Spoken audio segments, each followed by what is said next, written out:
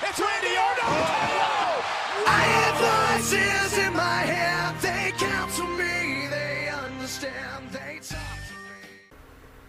Hey guys, how's it going? Mr. Beatlano here, and today I thought I would do a top 5 video again, another audio video, and I thought I would do the top 5 most underrated WWE/World title wins across the history of WWE.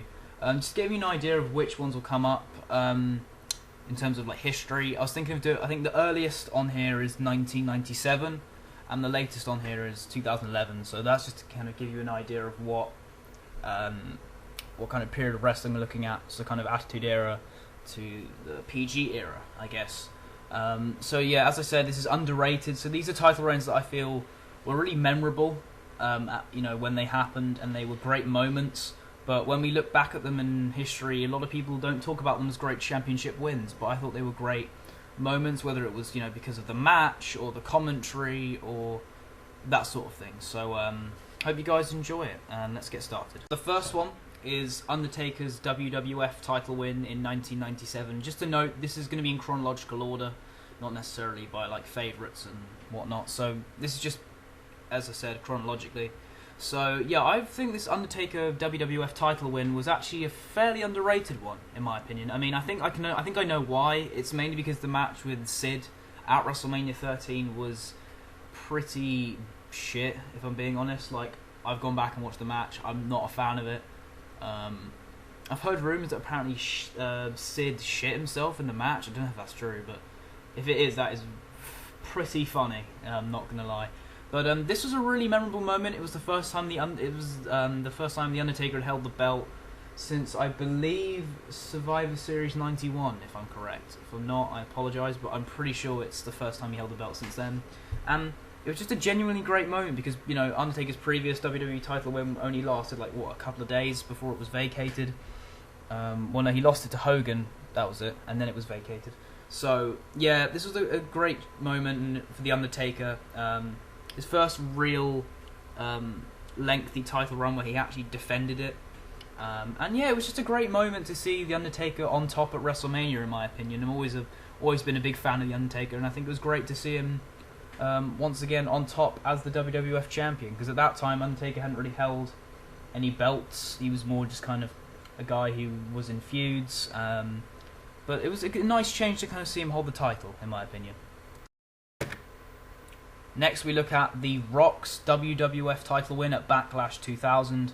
I think the reason why I really enjoy this title moment is because the way the match went, in the sense of, it looked as if The Rock was had no chance of winning the match. You had so much interference from the McMahons, and then Austin came out. We hadn't seen him for a while. He was still injured, but he came in, helped The Rock even out the odds, and he hit the people's elbow on Triple H. And El Hebner came in, did the really slow count, like the injured slow ref count, and it was a great moment for The Rock, especially considering what happened at WrestleMania 2000, the bullshit that happened there. And I really think that The Rock should have won at that pay-per-view, so for him to get the belt at the next pay-per-view was actually still really great. I think the reason why it's not so well remembered, this title win, is because it was a kind of a lower pay-per-view like Backlash. I think this has happened at WrestleMania. This title win would have been a lot more memorable, but I still remember it fondly. I think it was a really good match, and the ending and the match, the way the match played out, it was just a great moment for The Rock to see him win the WWF title and overcome the odds against Triple H and the McMahons. So I would definitely say this is an underrated title win. And let's move on to the next one. Next we have Kurt Angle's WWF title win in the year 2001 at Unforgiven. And yeah, I think this may be the most underrated out of all of them. I'm not going to say it is, but I think it's arguably the most underrated, simply because it was a great moment. I mean, granted, it wasn't at SummerSlam or one of the big events at the time, but the fact that Austin tapped out, it was, obviously this title change was done, post, because it was just after 9/11, so they wanted to have the kind of an American on top. But it was still a really good moment. Like, JR really sold this moment, made it really feel like a tremendous moment for Angle. And I really like this title win, I think, as well, with his family coming in the ring. as well. It made it so special, and it was in his hometown. A great moment, I felt, and you really felt for Kurt Angle. You really felt proud of him for winning the matchup.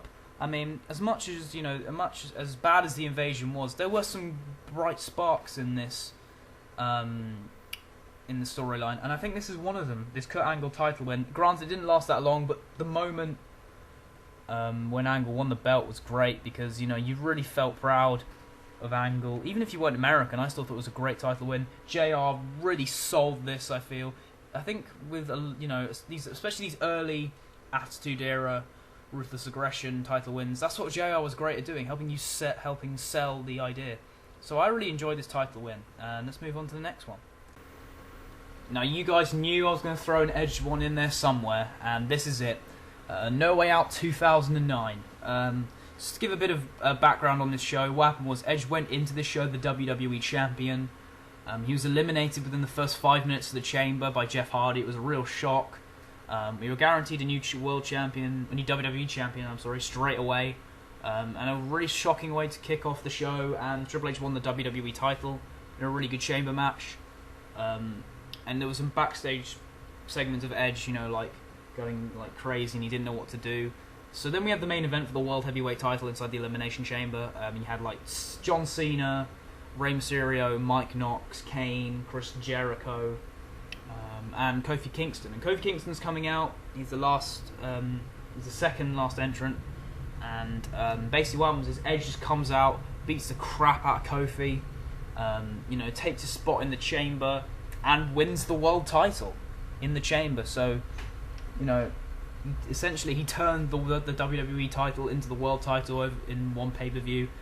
Really surprising turn of events. I thought it was a really awesome Edge moment. I think it's a great example of that ultimate opportunist character shining through, with clever tactics to try and get the upper hand and win. I thought it was, personally as an Edge fan, it was great to see him win the world title, and it was a really shocking twist as well. That's what I really liked about it. You didn't see this coming, and I think just the shock of it as well really did help make this a great moment in my eyes. But I feel people underlook it still. I'm not really too sure why. Maybe because Edge lost the belt back, he dropped the belt back to Cena. Also, it was, again, at a No Way Out show. It wasn't necessarily a major pay-per-view, but I still think this is a great title win and should be appreciated more, in my opinion. And finally, from 2011 Survivor Series, CM Punk winning the WWE Championship against Alberto Del Rio in Madison Square Garden. And I get why this is an underrated title win, because obviously you had a few months ago Punk winning the title in his hometown Chicago, and the crowd was amazing. But I think in some ways this is also a really good title win. I think you had Howard Finkel introducing Punk beforehand. Also, since he lost the belt to ADR when he cashed in at Hell in a Cell, and then Cena got it and then dropped it back, it was really kind of frustrating because there was doubt that Punk would get back into that WWE title scene. But he had the match with Del Rio at Survivor Series. He won the WWE Championship, and I guess it was just a great moment, to show that Punk was going to be champion. And he did get, obviously, this is the beginning of the long championship reign, 434 days.